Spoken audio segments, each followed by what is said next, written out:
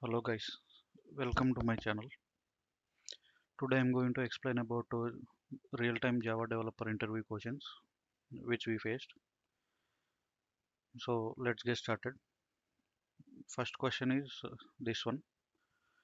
Here we have an interface and it has 5 methods, and here the requirement is we need to implement 3 classes with one class should have first two functions, and second class should have third function, and the third class should have 4 and 5 functions.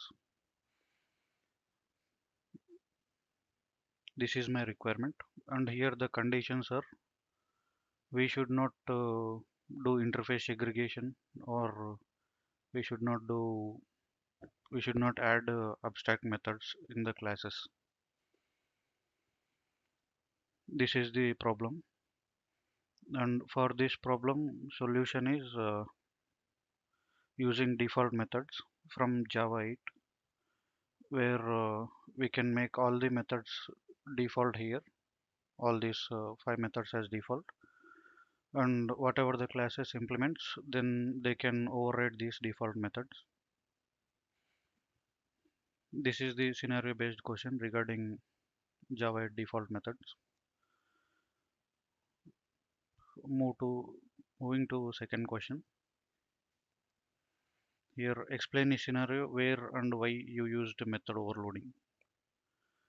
Here suppose for example we have a client and we have a e-commerce application where we want to apply discounts based on the events like Great Indian Festival or Big Billion Day, these type of events.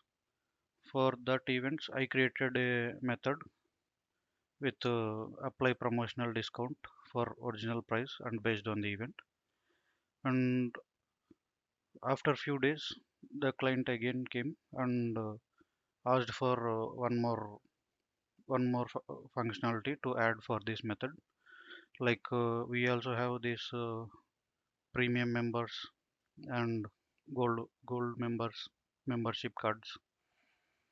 This type of promotion also should be applicable, so and it should work with the same method.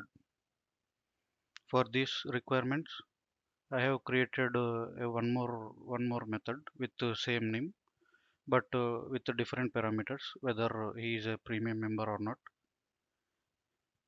This way we can use this method overloading concept for this type of scenarios where the methods are already present and we want to add additional functionalities. Then we can go for method overloading. And next question is related to method overriding, where we have parent class and child class that extends parent class. Both have display method, and parent is printing the parent and the child is printing the child. And here the questions are child c equals to new parent, and if I use c dot display, then what it is going to display. Hmm, Pause the video and think about the answer. Here the answer is you will get an error saying that parent object cannot be cached to child, and we cannot cast our parent to child, and we cannot assign this parent object to child. Here one more question, like parent p equals to new child. If we use p dot display, then from which class it is going to take the display method. Yeah, here the answer will be child, because it will check for display method within the child. If it is present, then it will take from the child. If it is not present, then it will go to the parent and it will display from there. And regarding this question, parent p equals to new parent, p dot display, then obviously it is going to display parent. And in the same way, child c equals to new child and c dot display, it is going to display the child. Yeah, this type of questions you can use without display method in the child or without display method in the parent. Try with the different scenarios and be ready with these questions. Moving to next question. Your application is successfully deployed in production and later sometime DevOps guy said that your application is taking too much memory and the CPU. Then how will you debug this issue? First of all, if we are using any tools like Prometheus or Grafana, then we can check for CPU spikes. Is there any CPU or memory sudden spikes happen? This way we can check this issue. If we are not using that tools, then you can go for logs. You can check for any errors or unusual behavior present in the execution using the logs. By using error log errors, you can find that issue. Or still you are facing the same issue, then you can go for you can check for memory leaks, whether any unused object are not collected by garbage collector, or using this JProfiler and Visual VM, you can get the heap dumps and you can check within that whether the memory is getting released or not. And one more way is you can enable the garbage collector loggings for checking the memory usages. You can use the GC logging as well. Using these four ways, you can debug this type of issues. And most famous question, internal working of HashMap. Regarding internal working of HashMap, internal working of HashMap consists of an array with initial size of 16 and consist of each array index consider as a bucket, and within that, based on the given key, we will calculate the hash code for that, and we will be storing value based on this index. Index is calculated by this way using hash code mod per capacity. For simpler way, I am using this, but the index calculation will be difficult uh, inside. For simplicity, I used index equal to hash code mod capacity because to fit into this array size. And for example, if two keys got same index, then it is called as a collision. For avoiding this type of collisions, it is the each bucket has a linked list. For example, here a linked list with a capacity of 8 nodes is created, and for each node there are repeated keys and different values. And after reaching this 8 nodes capacity, then this linked list is going to converted into tree, like red black tree, for faster retrieval from this list. This way the internal working of HashMap works. And going to next question, what are Java 8 features? Java 8 features are first lambda expressions. Lambda expressions is used for functional programming style. Using these methods doesn't have any method names. It just accepts the parameter, and using this arrow symbol, and we can write the statements inside it.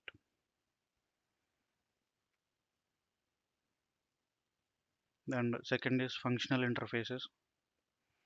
Functional interfaces is interfaces that have only one abstract method, and they can have multiple static and default methods.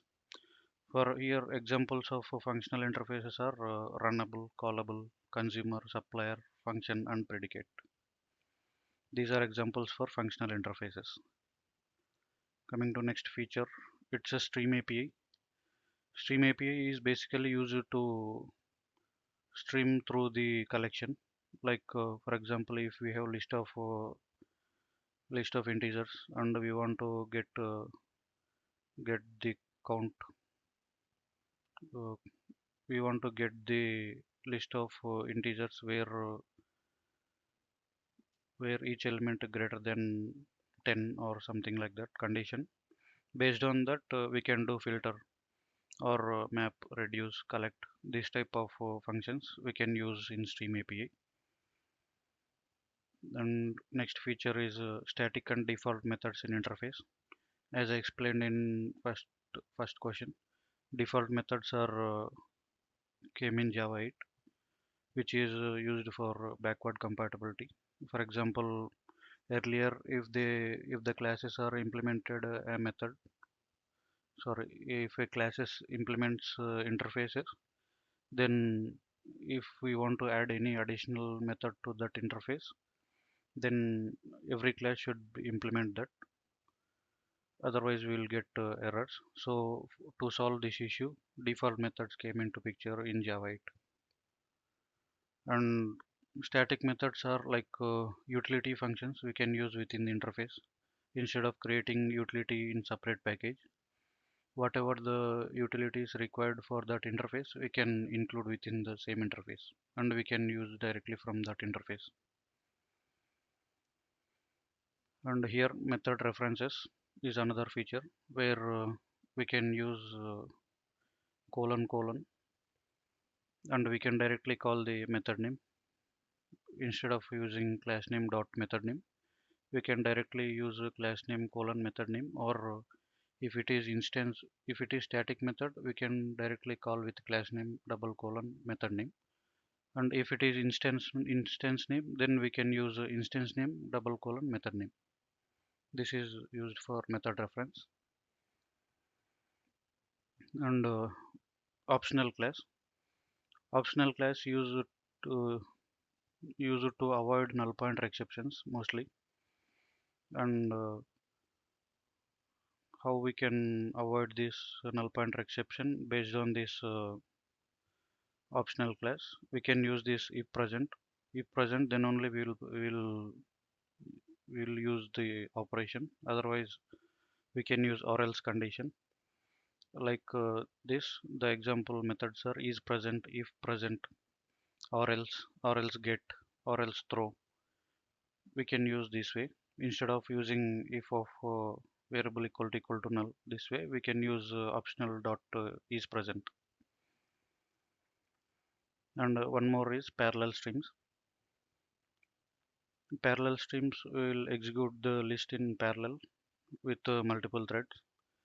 For example, if there is list of integers and you want to get number that is greater than 10, then you can use this parallel stream, and it will be faster than normal stream because of its multi-threading feature. And next question is, what happens if we add main method in interface? Because interface allows static methods also from Java 8, so we can add main method as well in interface, and it will execute fine without any issues. We can run the interface and it will print the main as shown in the code. There will be no issues running with this, but this is not the recommended way of doing it.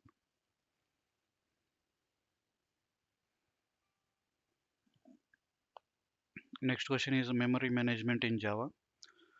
How memory is managed in Java? Here consider this as a JVM memory, and within this we will be having different types of memories. First one is a heap memory.